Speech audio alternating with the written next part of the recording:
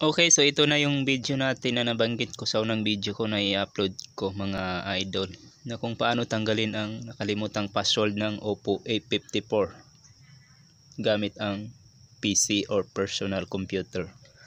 So itong cellphone na ito kasi mga guys ay hindi ito siya matanggal ang password niya by hard reset, kasi maghihingi siya ng password. So ilagay natin yung ating SIM to. Ito yung ating SIM to mga guys, yung parang USB.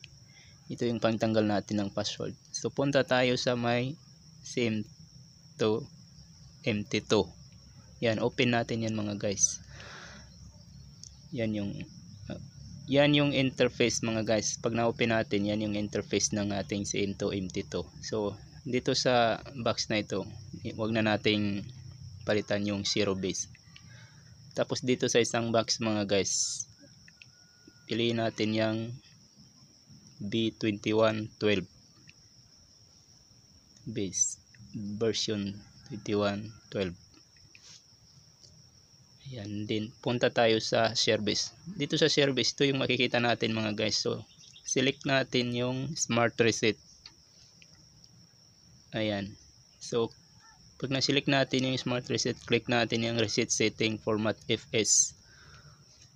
Pag na-click natin yan mga guys, ganyan yung lalabas. Then click natin yung yes. So power off natin yung ating cellphone. I-turn off natin yung ating mga cellphone. So pag na-turn off natin yung cellphone natin mga guys, isaksak na natin yung USB cable na nakasaksak sa ating computer. Tapos i-hold lang natin yung volume down and up. Sabay nating i-press yung volume up at saka yung volume down. Pero wag nang pindutin yung power up, mga power button mga guys, baka mag-under siya. So hindi natin siya kailangan paandarin. So ang i-hold lang natin. So hindi siya nag-detect mga guys. Ulitin lang natin kasi hindi siya nag-detect.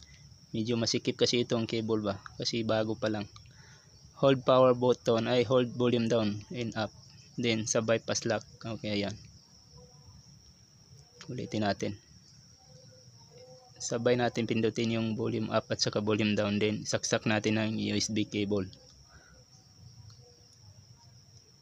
Ayan, so nag-detect na siya mga guys. Pag nag-detect na siya mga guys, pwede na nating bitawan. So hintayin na lang natin matapos dahil pinoproseso pa ni SIM to ang pag-reset ng cellphone mga guys. Boot done. Ayan.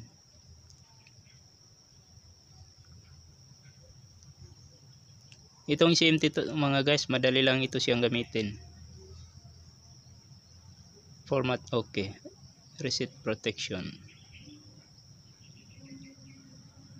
Ito sabay nang tanggal ang password at saka Google account dito mga idol. Okay, ayan. Tapos na siya mga guys. So pwede na natin siyang tanggalin, bunutin. Then i-power on na natin ngayon ang ating cellphone mga guys. Long press lang natin yung power button. Pinutin natin ng matagal para mag-andar. Okay, ayan. So hintayin na lang nating mag-boot or mag-reboot yung ating cellphone mga guys, kasi matagal yan siya sa logo.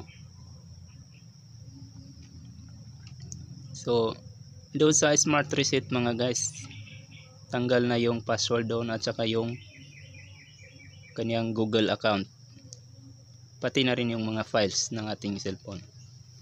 So sa ganyang logo mga guys, yung logo na yan na maliit na puti, hintayin lang natin dyan ng matagal kasi matagal siya dyan. So di-cut ko lang yung video kasi kung hinintay natin medyo matagal-tagal. So itong SIM to mga guys, madali lang siyang gamitin. Sa mga gustong matuto, pwede kayong mag-request ng tutorial, but exclusive lang sa mga member ng ating channel. Okay yan, so pwede na nating i-set up ngayon yung ating cellphone. I-next lang natin at saka skip. Next and skip lang ang gagawin natin mga idol, kasi wala na ito siyang Google account.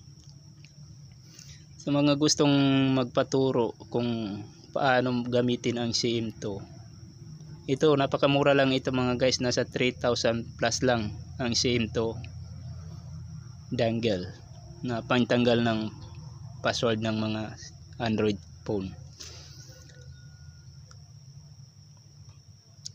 Kung gusto niyo matuto mga guys, mag-request lang kayo, pero exclusive lang ito sa member ng ating channel, yung tutorial na gagawin natin about tutorial para sa ating SIM2, kung paano siya gamitin.